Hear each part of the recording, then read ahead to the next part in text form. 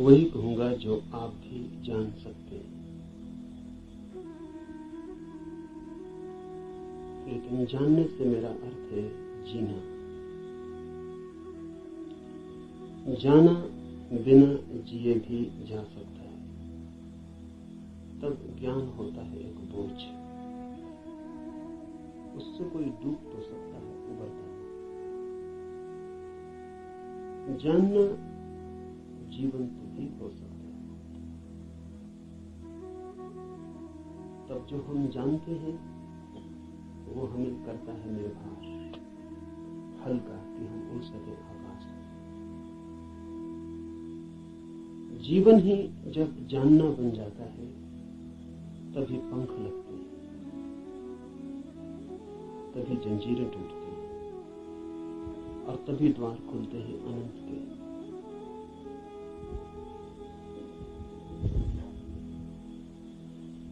लेकिन जानना कठिन है। ज्ञान इकट्ठा कर लेना बहुत आसान, और इसलिए मन आसान को चुन लेता है और कठिन से बचता है। लेकिन जो कठिन से बचता है वो धर्म से भी वंचित रह जाएगा। कठिन ही नहीं, जो असंभव से भी बचना चाहता है वो कभी भी धर्म के पास नहीं पहुंच पाएगा। धर्म तो है ही उनके लिए जो असंभव में उतरने की तैयारी रखते हैं। धर्म है जुआरियों के लिए, दुकानदारों के लिए नहीं। धर्म कोई सौदा नहीं है।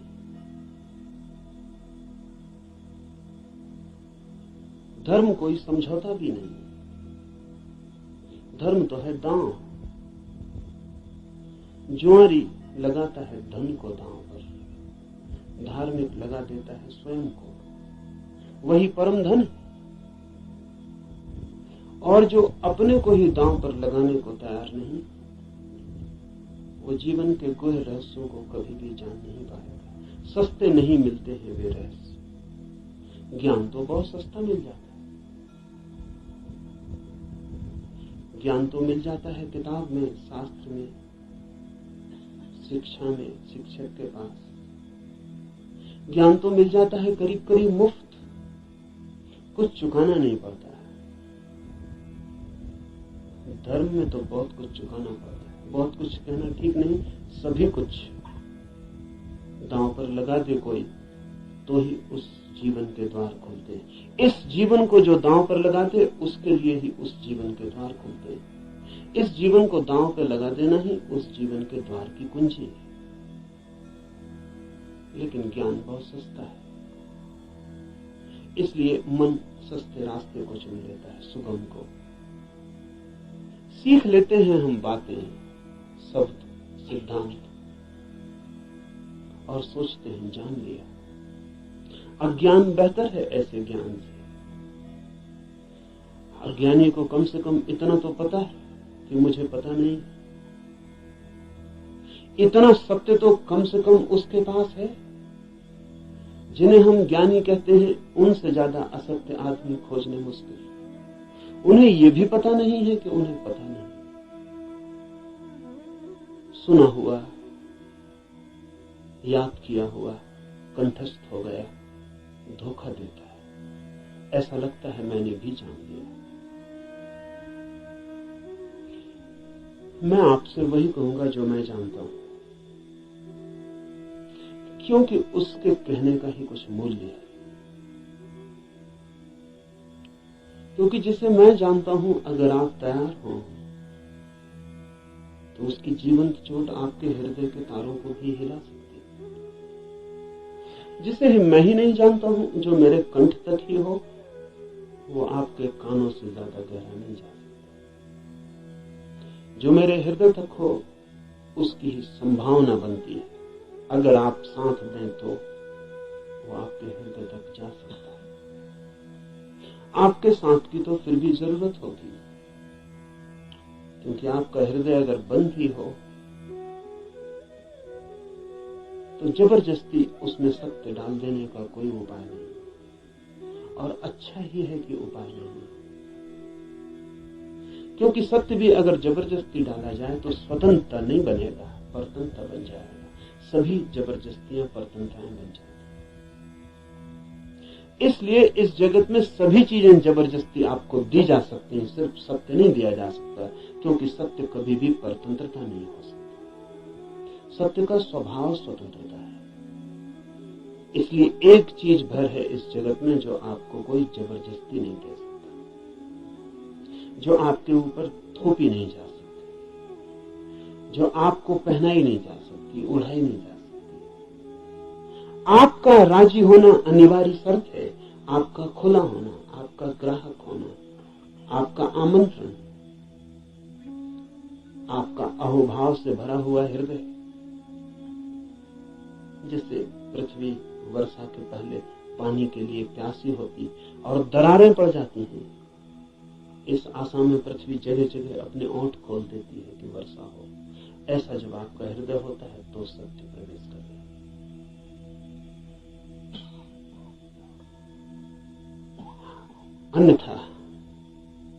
अन्यथा सत्य आपके द्वार से भी आकर लौट जाता है, बहुत बार लौटा है, बहुत जन्मों जन्मों में।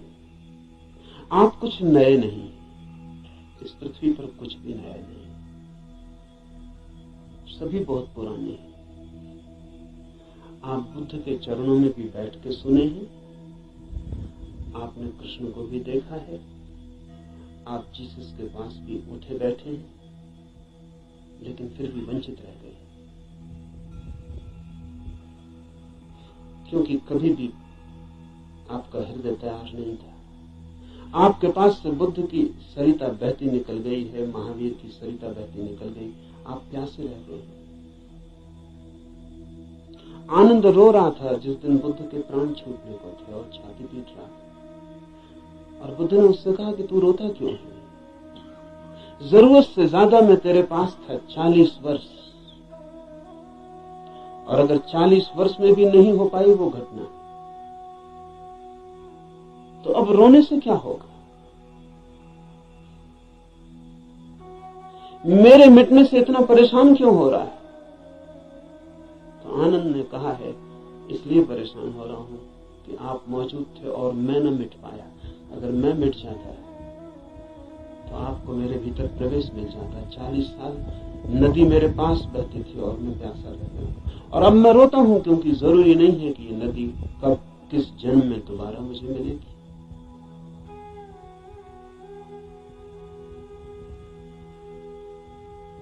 आप कुछ नए नहीं। आपने बुद्धों को दफनाया, महावीरों को दफनाया, जीसस, कृष्ण, क्राइस्ट, सबको आप दफना के जी रहे हैं। उनकी वो हार गए आपसे, आप काफी पुराने। जब से जीवन है तब से आप हैं। अनंत यात्रा है। कहां हो जाती होगी चूक? बस यही हो जाती है कि आप खुले ही नहीं, बंद है। मैं तो आपसे वही कहूंगा जो मैंने जाना है। अगर आप भी अपने को एक खुलापन बना सके तो आप भी उसे जान लेंगे।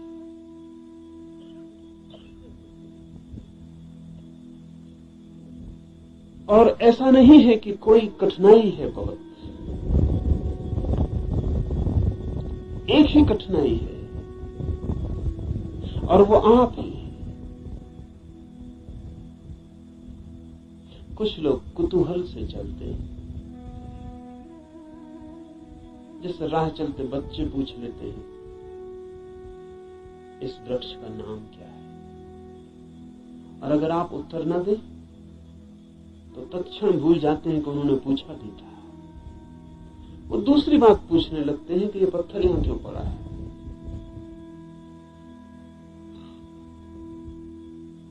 पूछने के लिए पूछते हैं, जानने के लिए नहीं पूछते। बिना पूछे नहीं रह सकते हैं, इसलिए पूछते हैं, जानने के लिए नहीं पूछते। जो लोग कुतूहल से जी रहे हैं वो अभी भी बचकाने हैं।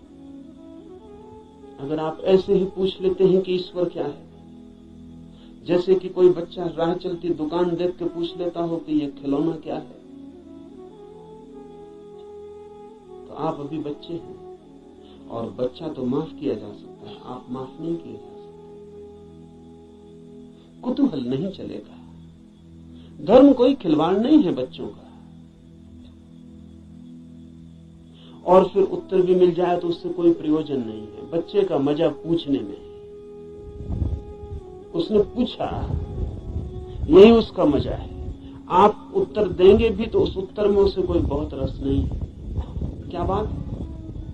मनस्विद कहते हैं कि बच्चे नया नया बोलना सीखते हैं तो अपने बोलने का अभ्यास करते हैं पूछ पूछ कर। जैसे बच्चा नया नया चलना सीखता है तो बार बार उठ के चलने की कोशिश करता है, बोलना सीखता है तो बार बार बोलने की कोशिश करता है। इसलिए बच्चे एक ही बात को कई दफा कहते हैं, इसलिए कई दफा कहते हैं क्योंकि उन्हें बोलने का एक नया अनुभव, एक नया आयाम मिला है। उस नए आयाम में वे तैर के अभ्यास कर रहे हैं, इसलिए कुछ भी पूछते हैं, कुछ भी बोलते हैं। अगर आप भी धर्म की दुनिया में कुछ भी पूछ रहे हैं, कुछ भी बोल रहे हैं, कुछ भी सोच रहे हैं, और कोई गहरी जिज्ञासा नहीं है, बस कुतूहल है, तो अभी आप और कुछ बुद्धों को दफनाएंगे। अभी और न मालूम कितने बुद्धों को आपके साथ मेहनत करनी पड़ेगी।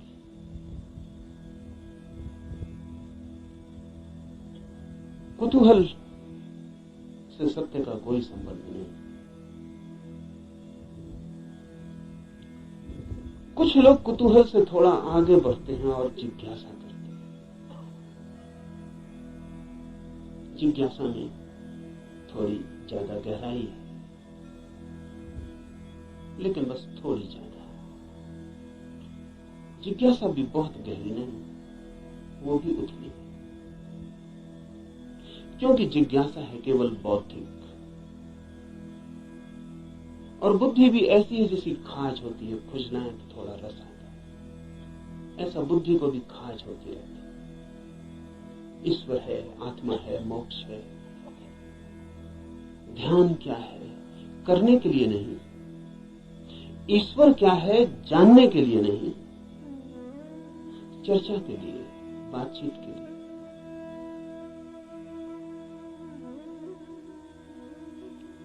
एक बौद्धिक मजा है, एक बौद्धिक व्यायाम है। तो लोग ऊंची बातें करते हैं, लेकिन उन बातों पर कभी भी कोई दांव नहीं लगाते। ईश्वर है या नहीं, इससे कोई प्रयोजन नहीं है, और ईश्वर हो तो, ईश्वर न हो तो वे जैसे हैं वैसे ही बने रहते हैं। ये बड़े मजे की बात है।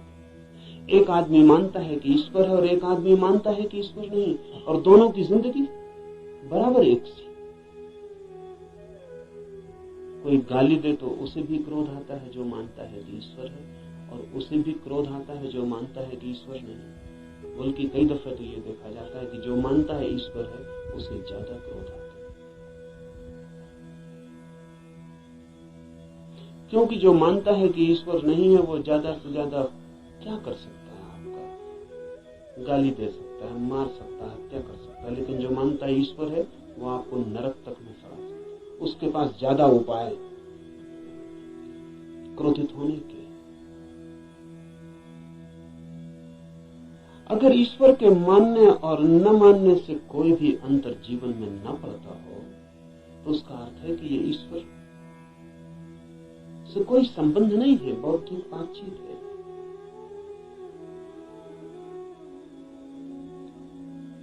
ऐसी जिज्ञासा हो तो आदमी दार्शनिक हो जाता है, चिंतन मनन करने लगता है, शास्त्र अध्ययन करने लगता है, बहुत सिद्धांत इकट्ठे कर लेता है, पक्ष में विपक्ष में सोच लेता है, वाद विवाद करता है, शास्त्रार्थ करता है, लेकिन जीता कभी नहीं।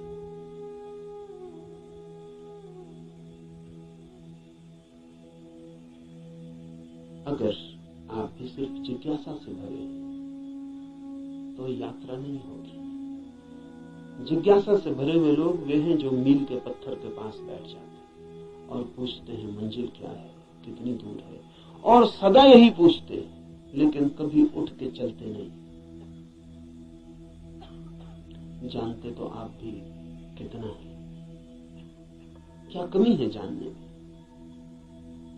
करीब करीब सभी कुछ जानते हैं। जो बुद्ध ने जाना हो, महावीर ने, कृष्ण ने जाना हो, वो सभी आप भी तो जानते हैं। गीता में पढ़ के आपको ऐसा नहीं लगता कि ये बातें तो हमें भी मालूम आपको भी, पर सिर्फ बुद्धि तक है, आपके हृदय तक उनका बीज नहीं पहुंचा। और बुद्धि पर रखे हुए विचार वैसे ही होते हैं जैसे पत्थर पे कोई बीज को रखते हैं। बीज तो होता है लेकिन पत्थर पे रखा रहता है, अंकुर नहीं फूट सकता।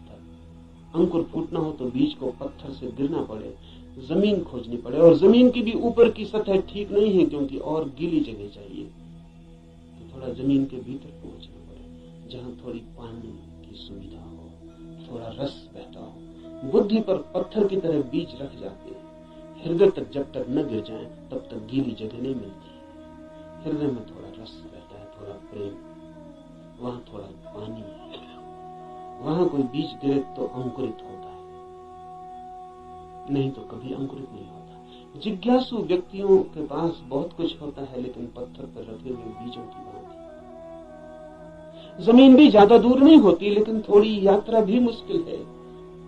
चलना बिल्कुल नहीं है तो पत्थर पर ही बीज रखा रह जाता है। इतनी यात्रा तो करनी ही पड़ेगी कि बीज पत्थर से नीचे गिरे, जमीन पर आए, जमीन में जगह खोजे, थोड़ी गीली भूमि को पाए, थोड़ा छिप जाए अंधेरे में। ध्यान रहे, जगत में जो भी जन्म पाता है वो गहन, मौन, एकांत, अंधेरे को चाहता है। बुद्धि में तो जितनी चीजें रखी हैं वो सब खुले प्रकाश में रखी हैं, वहां अंकुर नहीं होते। हृदय है, आपके भीतर गीली जमीन है, छिपी हुई, वहां कुछ पैदा होता है। इसलिए जो सिर्फ जिज्ञासा से जीते हैं वे विद्वान बन जाते हैं, पंडित बन जाते हैं, ज्ञानी बन जाते हैं, लेकिन कुछ अंकुरित नहीं होता उनके भीतर। कोई नया जन्म, कोई नया जीवन, कोई नए फूल, कुछ भी नहीं। एक और जिससे संबंध है हमारा, एक और भी दिशा है खोज की, उसे हम कहते हैं मुमुक्षा। जानने की फिक्र नहीं है, जीने की फिक्र है। जानने की फिक्र नहीं है, होने की फिक्र है। ये सवाल नहीं है कि ईश्वर है, सवाल यह है कि क्या मैं ईश्वर हो सकता हूं। अगर ईश्वर हो भी और मैं ईश्वर न हो सकूं तो कोई सार नहीं। सवाल ये नहीं है कि मोक्ष है, सवाल ये है कि क्या मैं भी मुक्त हो सकता हूं। अगर मैं मुक्त हो ही ना सकूं और मोक्ष हो भी कहीं तो क्या अर्थ है? ये बात नहीं है कि आत्मा है भीतर या नहीं, हो या ना हो। सवाल असली ये है कि क्या मैं आत्मा हो सकता हूं। मुमुक्षा है होने की खोज, और जब कोई होना चाहता है तब दांव पर लगना पड़ता है। इसलिए कहता हूं धर्म है जुआरियों का काम। वही कहूंगा जो मैं जानता हूं, जो जिया है। अगर आप तैयार हुए दांव पर लगाने को, तो जो मेरा अनुभव है वो आपका अनुभव भी बन सकता है। अनुभव किसी के नहीं होते, जो भी लेने को तैयार हो उसी के हो जाते। सत्य पर किसी का कोई अधिकार नहीं, जो भी मिटने को राजी है वही उसका मालिक हो जाता। सत्य तो उसका है जो भी उसे मांगने की तैयारी दिखलाता है, जो भी अपने हृदय के द्वार खोलता है और उसे पुकारता है।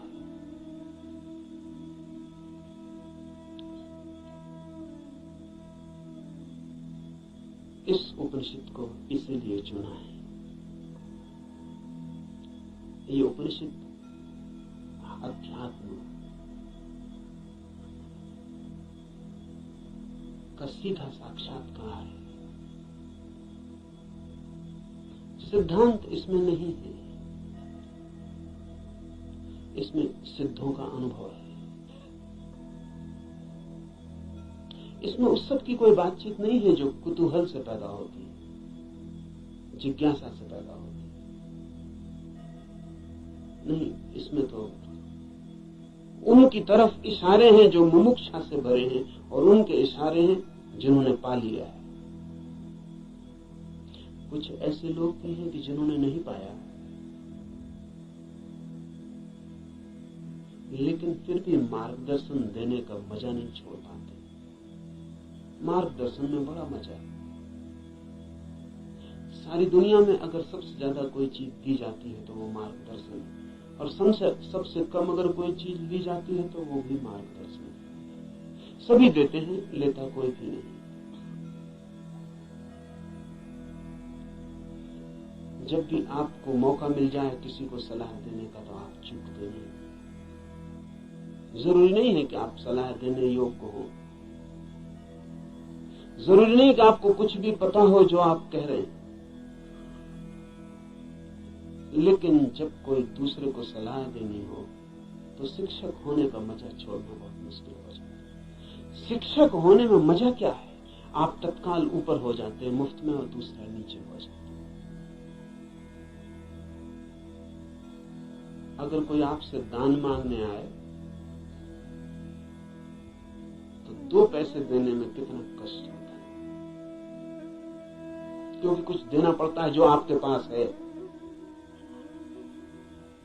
लेकिन सलाह देने में जरा भी कष्ट नहीं होता, क्योंकि जो आपके पास है ही नहीं, उसको देने में कष्ट क्या है? आपका कुछ खो ही नहीं रहा है, बल्कि आपको कुछ मिल रहा है, मजा मिल रहा है, अहंकार मिल रहा है। आप भी सलाह देने की हालत में हैं आज, और दूसरा लेने की हालत में। आप ऊपर हैं, दूसरा नीचे।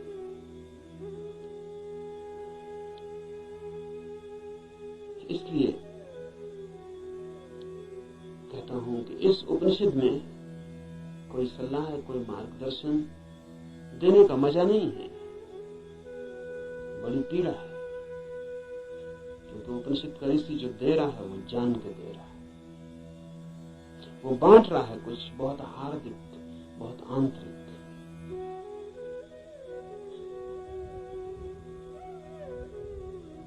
संक्षिप्त इशारे हैं, लेकिन गहरे हैं। बहुत थोड़ी सी चोटें हैं, लेकिन प्राणघातक है। और अगर राजी हो तो तीर सीधा हृदय में चुभ जाएगा, और जान लिए बिना न रहेगा, जान ही ले लेगा। इसलिए थोड़ा सावधान, थोड़ा सचेत, क्योंकि ये सौदा ही खतरनाक है। इसमें पागल हुए बिना कोई मार्ग ही नहीं है। इसमें अपने को मिटाए बिना पाने का कोई उपाय ही नहीं। यहां तो खोने वाले ही बस पाने वाले बनते, और इसीलिए इस उपनिषद को भी चुन लिया है। ऐसे तो सीधा ही आपसे कह सकता हूं, कोई कारण इस उपनिषद को चुनने का नहीं है। बहाना, आड़, क्योंकि तीर सीधा मारो आदमी बच सकता है, उपनिषद की आड़ से थोड़ी सुविधा रहेगी, इसलिए चुन लिया है कि आपको ऐसा भी पता नहीं लगेगा कि मैं कोई सीधे ही आपको तीर मार रहा हूं। तो बचने का जरा उपाय कम हो जाता है। सभी शिकारी जानते हैं कि थोड़ी आड़ से शिकार ठीक होता है। ये उपनिषद सिर्फ आड़ है, और इससे कुछ लेना देना ज्यादा नहीं। जो मैंने जाना है वही कहूंगा, लेकिन उसमें और उपनिषद में कोई अंतर नहीं है, क्योंकि इस उपनिषद के ऋषि ने जो कहा है वो जानकर ही कहा।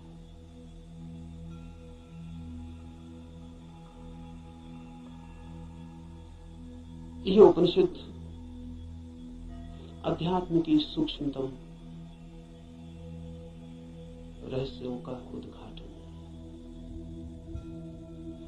लेकिन अगर मैं उपनिषद पर ही बात करता रहूं तो डर है कि बात ही रह जाए।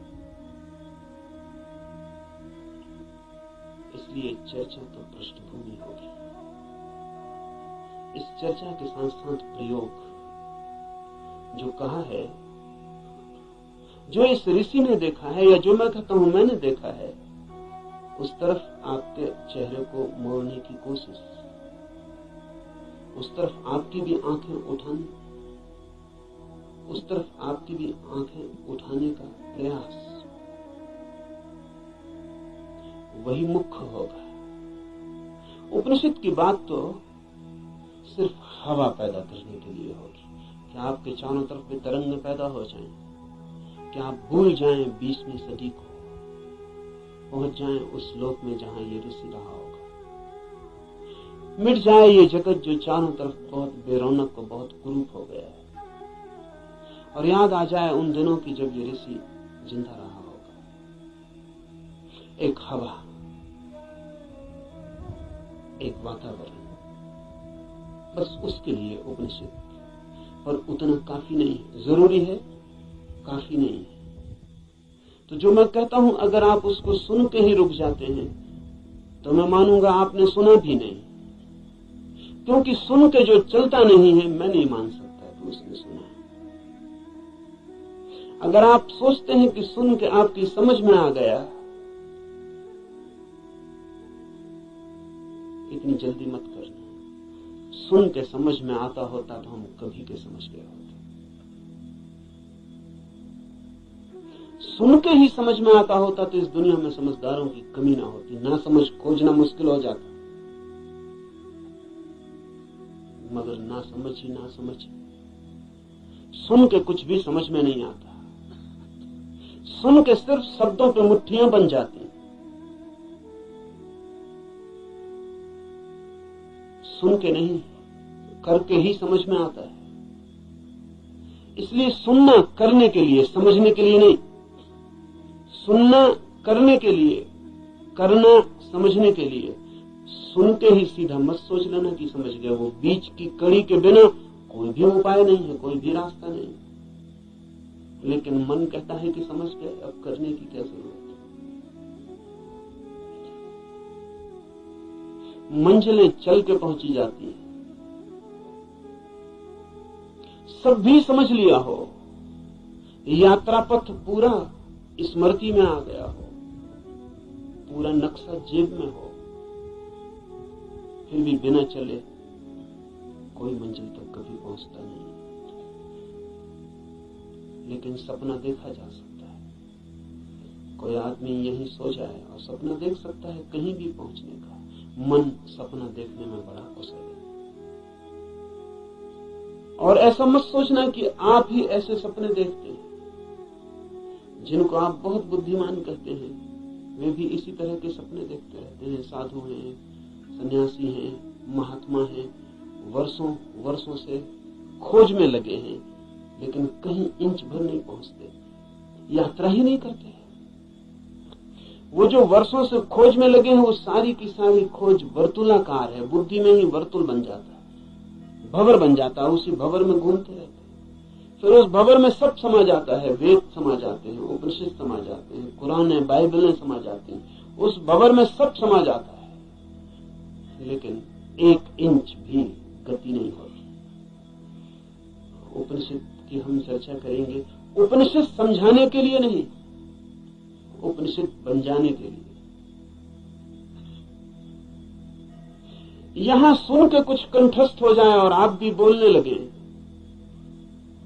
तो मैंने आपका नुकसान किया, मैं फिर आपका मित्र साबित ना हुआ। यहां सुन के आप जो सुना है वो बोलने लग जाएं तो कोई मूल्य नहीं है।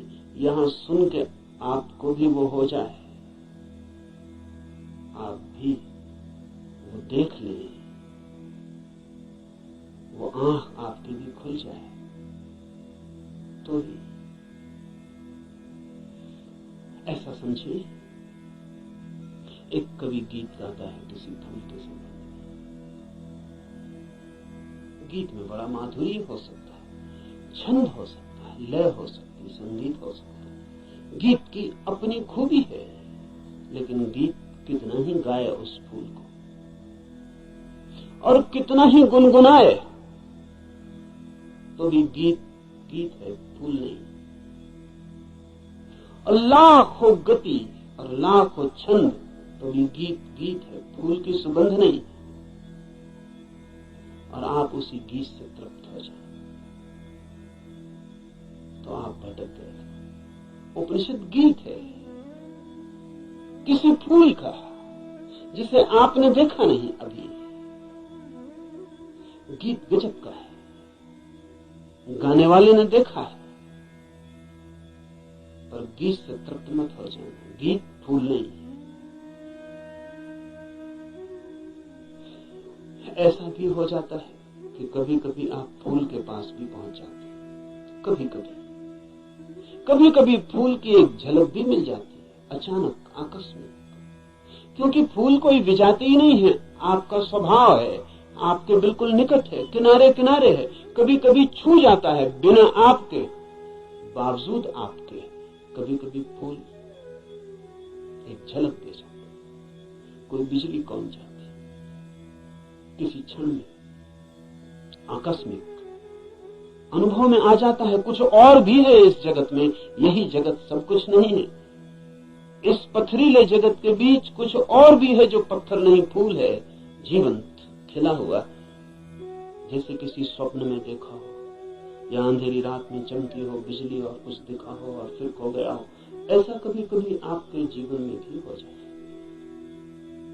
कवियों के जीवन में अक्सर हो जाता है, चित्रकारों के जीवन में अक्सर हो जाता है। फूल की झलक बिल्कुल पास आ जाती है, फिर भी फूल कितने ही पास हो और कितनी ही झलक मिल गई हो, पास होना भी दूर होना ही है।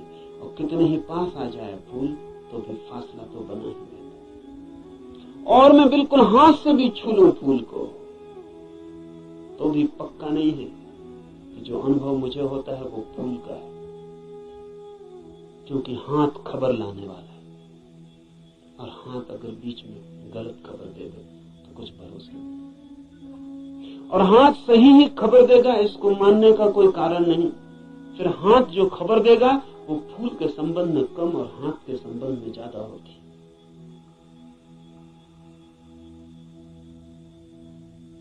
फूल ठंडा मालूम पड़ता है, जरूरी नहीं कि फूल ठंडा हो सकता है हाथ गर्म हो, इसलिए फूल ठंडा मालूम पड़ता है। खबर हाथ के संबंध में, क्योंकि खबर जब भी किसी माध्यम से आती तो सापेक्ष होती है, पक्का नहीं हुआ जा सकता।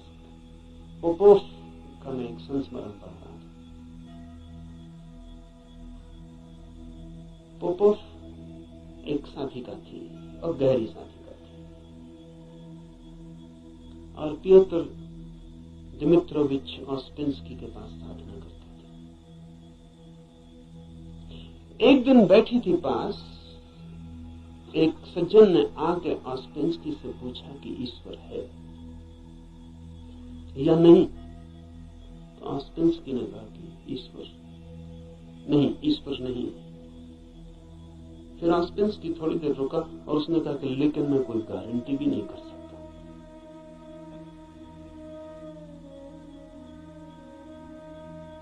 क्योंकि जो भी मैं जानता हूं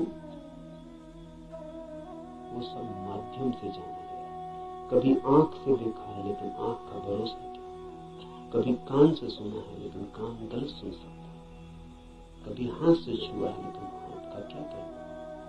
अभी तक सीधा नहीं देखा है, अभी तक आमने सामने नहीं हुआ हूं, इसलिए कोई गारंटी भी नहीं। अभी तक जो भी जाना है उसमें मुझे ईश्वर का कोई अनुभव नहीं हुआ, लेकिन जरूरी नहीं कि ईश्वर ना हो। इससे सिर्फ मेरी खबर मिलती है कि मेरे अनुभव क्या है, इसलिए मैं कोई गारंटी नहीं कर सकता कि नहीं ही है। इसलिए मुझ पर भरोसा करके मत रुकना, खोजना। जब भी माध्यम से कुछ घटता है तो भरोसे का नहीं। अगर फूल के बिल्कुल पास भी पहुंच जाएं तो भी आंख देखती है, हाथ छूते हैं, सुगंध नाक में आती है। ये भी दूरी का अनुभव है। तो कभी कभी कोई कवि उस परम फूल के इतने पास पहुंच जाता है तो उसकी गीत में उतर आती है गूंज उसकी। लेकिन फिर भी बुद्ध नहीं है वो, महावीर नहीं है वो। महावीर कौन है, बुद्ध कौन है? बुद्ध है वो चैतन्य जो फूल ही हो गया। इतनी भी दूरी न रही कि फूल को देखा हो, फूल ही हो गया। फूल होकर ही पूरी तरह जाना जा सकता है क्या है। उपनिषद के ऋषि की बात है, गीत है किसी फूल के संबंध में। उसे गुनगुनाना, मिठास है बड़ी उसमें, स्वाद है उसमें बहुत, लेकिन वो फूल नहीं है, गीत ही है। अगर प्रयास करेंगे तो कभी कभी झलक भी मिलेगी। मेरे पास लोग आते हैं, वो कहते हैं ध्यान में बड़ी झलक मिली, लेकिन फिर खो गई। अनंत प्रकाश हो गया था, फिर खो गया। आनंद ही आनंद हो गया था, लेकिन अब कहां है? अब खोजते हैं और नहीं मिलता। झलक का मतलब है पास पहुंच गए थे, झलक तो खो ही जाएगी। इसलिए ध्यान ज्यादा से ज्यादा झलक ही दे सकता है। उस पर भी मत रुक जाना कि उसी झलक को पकड़ के बार बार खोजते रहना है। ध्यान का तो मूल्य ही इतना है कि झलक मिल जाए, फिर आगे जाना है समाधि में, ताकि आप फूल ही हो जाए।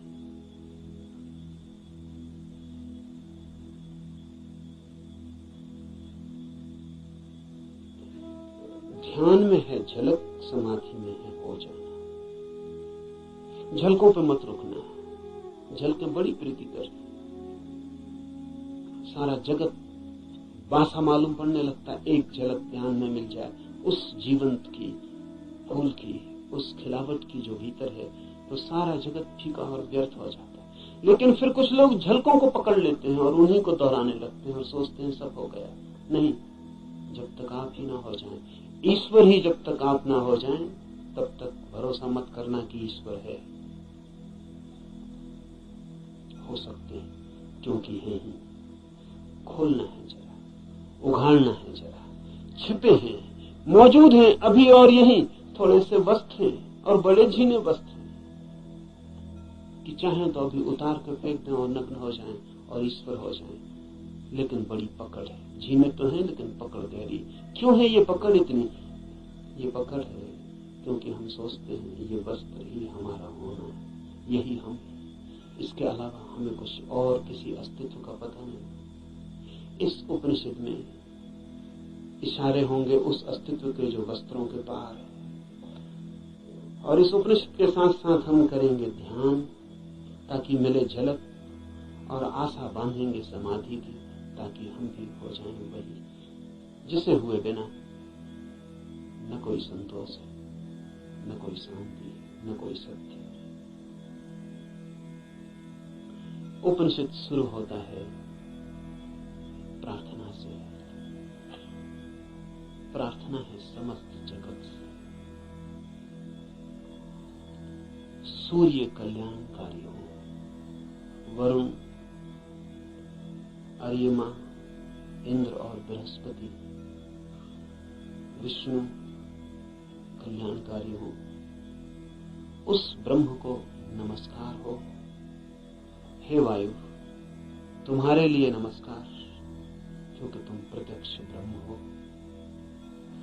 मैं तुम्हें ही प्रत्यक्ष ब्रह्म कहूंगा। सत्य और ऋत वे सब मेरी रक्षा करें। आचार्य की भी इस प्रार्थना से शुरू होता है। धर्म की यात्रा प्रार्थना से शुरू होगी ही। प्रार्थना का अर्थ है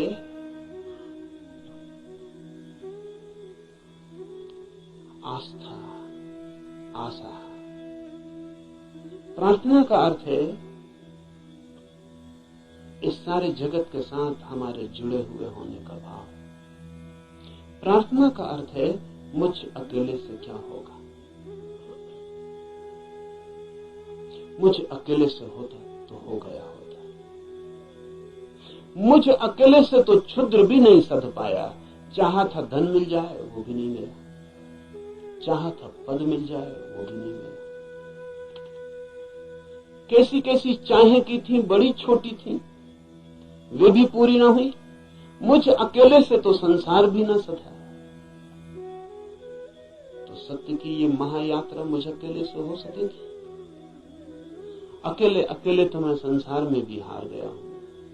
सभी हारे हुए हैं संसार, जो जीते हुए दिखाई पड़ते हैं वे भी, बस वे दूसरों को जीते हुए दिखाई पड़ते हैं, खुद तो बिल्कुल हारे हुए हैं।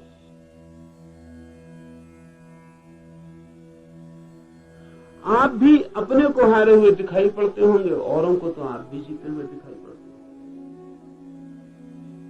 आपसे भी पीछे लोग हैं जो आपको समझते हैं पा लिया आपने, जीत गए संसार।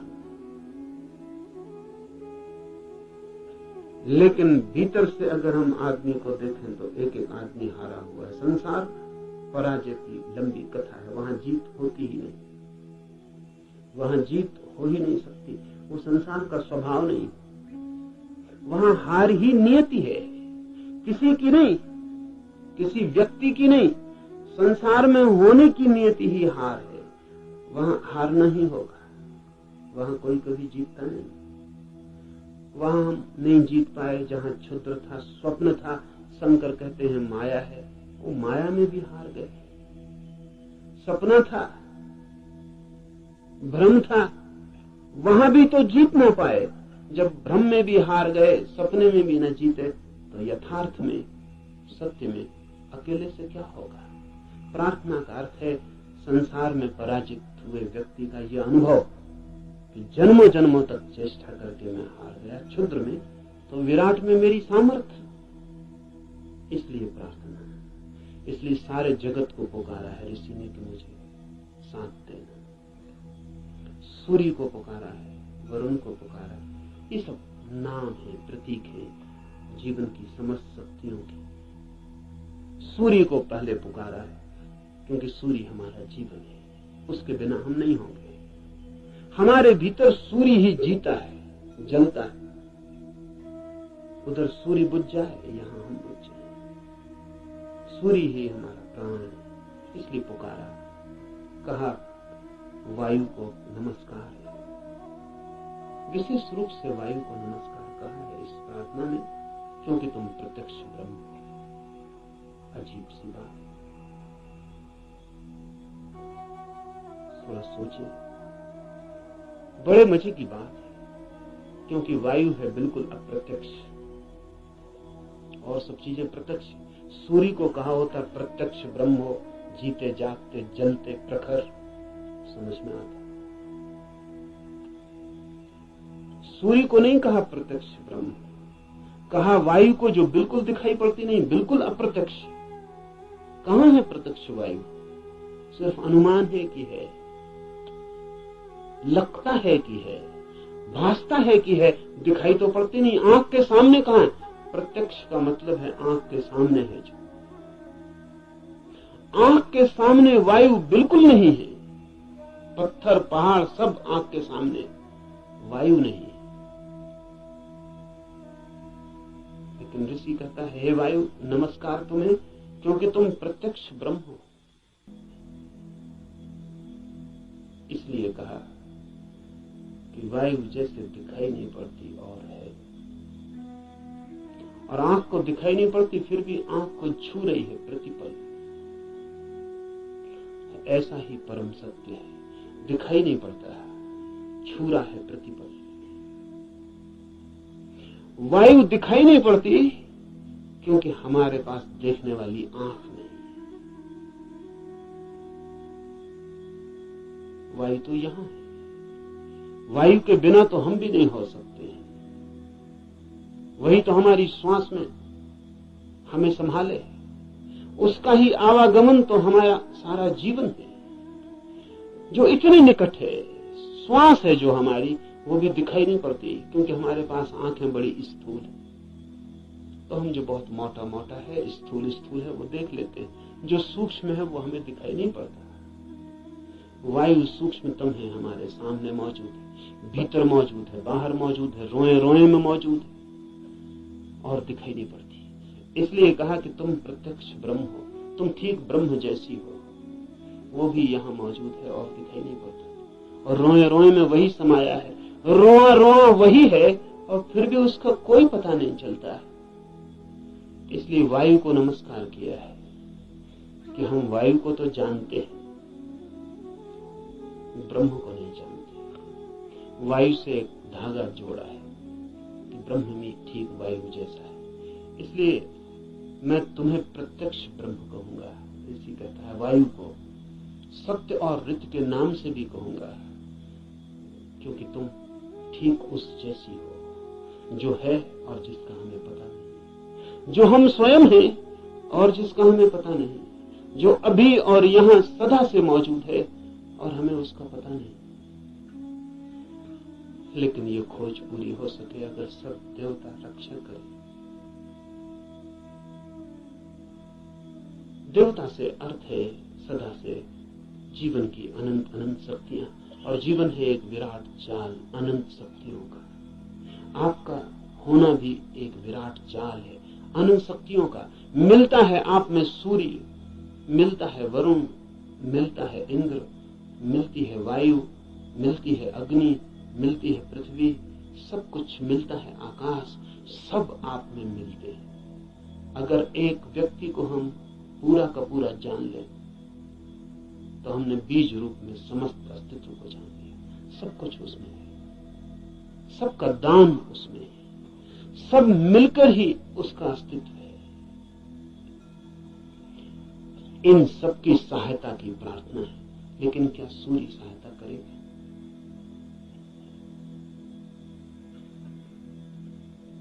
ये सवाल उठता ही है। प्रार्थना भी की तो क्या सूर्य सहायता करेगा? प्रार्थना भी की तो क्या वायु सहायक हो जाएगी? प्रार्थना भी की तो पृथ्वी क्या सहायता करेगी? पृथ्वी की सहायता और सूर्य की सहायता का सवाल नहीं है। आपने प्रार्थना की, यही बड़ी सहायता है। इसे थोड़ा ठीक से समझ लें। कोई सूर्य आके आपको सहायता नहीं करेगा, लेकिन आपने प्रार्थना की, इसका जो परिणाम है वो सूर्य पे नहीं होगा, आप पर होगा। क्योंकि प्रार्थना करने वाला चित्त हो जाता है विनम्र, प्रार्थना करने वाला चित्त हो जाता है असहाय, प्रार्थना करने वाला चित्त स्वीकार कर लेता है इस बात को कि मुझ अकेले से नहीं होगा। प्रार्थना करने वाला चित्त मिटने को तैयार हो जाता है। प्रार्थना करने वाला चित्त अपने अहंकार को, इस भाव को कि मैं कर सकता हूं, छोड़ देता है। इसके परिणाम होते हैं। प्रार्थना का सारा परिणाम आप पर होता है। प्रार्थना से सूर्य नहीं बदलता, आप बदलते हैं। प्रार्थना से जगत नहीं बदलता, आप बदलते हैं। लेकिन आपके बदलते ही दूसरे जगत में आपका प्रवेश हो जाता है। प्रार्थना आमतौर से जब आप करते हैं तो यही सोचते हैं कि कोई कुछ करेगा, इसलिए प्रार्थना करें। न, प्रार्थना है एक उपाय, एक डिवाइस। हाथ तो आप जोड़ते हैं किसी और के सामने, लेकिन जो परिणाम होता है वो होता है भीतर, जिसने हाथ जोड़े हैं उस पर। इसलिए बड़ी कठिनाई होती है अगर आप वैज्ञानिक के सामने कहें कि हे सूर्य सहायता कर, वो कहेगा मूर्खता की बात है। क्या सूर्य तुम्हारी सहायता करेगा? कब किसकी सहायता की? कि हे इंद्र वर्षा कर, पागल हो गए हो? प्रार्थनाओं से कहीं वर्षाएं हो गई? वैज्ञानिक ठीक कहता है, न तो सूर्य आपकी सुनेगा, न बादल आपकी सुनेगी, न हवा आपकी सुनेगी, कोई आपकी नहीं सुनेगा। लेकिन आपने पुकारा, ये आपको बदल जाएगा। आपने कितने जोर से पुकारा, उतनी गहरी हुक आपके भीतर प्रवेश हो जाएगी। अगर आपके पूरे प्राण पुकार उठे तो आप दूसरे ही आदमी हो जाएंगे। इसलिए है प्रार्थना।